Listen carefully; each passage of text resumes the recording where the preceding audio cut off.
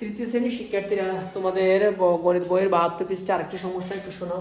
27 টাকা তিনজনকে সমানভাবে ভাগ করে দেওয়া হলে, খেয়াল করো কথাটা, কত টাকা? 27 টাকা। কয়জনকে দেওয়া হলো? তিনজনকে। প্রত্যেকে মানে একজনে কত টাকা করে পাবে? তাহলে তিনজনকে দেওয়া হয় 27 টাকা। এখন মানুষ হলো, ওরা হলো তিনজন, 1 2 3, টাকার পরিমাণ হলো 27। তাহলে তিনজনকে দেওয়া হলো 27 টাকা। তাহলে একজনে কি টাকার পরিমাণটা কম পাবে? অবশ্যই কম পাবে। এবং কিরকম কম পাবে? ওই 27 টাকাকে তিনজনে ভাগ করে নিয়েছে, তাহলে একজনে পাবে 27কে যখন আমরা 3 ভাগ করবো তার 1 ভাগ।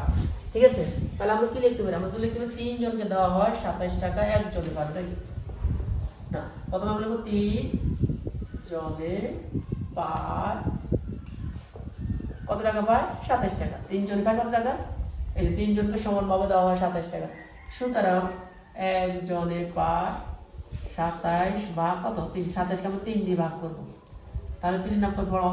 3 দুগুণে 6, 3 4 গুণে 12, 3 5 গুণে 15, 3 6 18, 3 7 গুণে 21, 3 8 গুণে 24, 3 9 গুণে 27, 9 টাকা। তাহলে প্রত্যেকে কত টাকা করে পাবে? 9 টাকা। এই যে প্রত্যেকে পাবে 9 টাকা করে।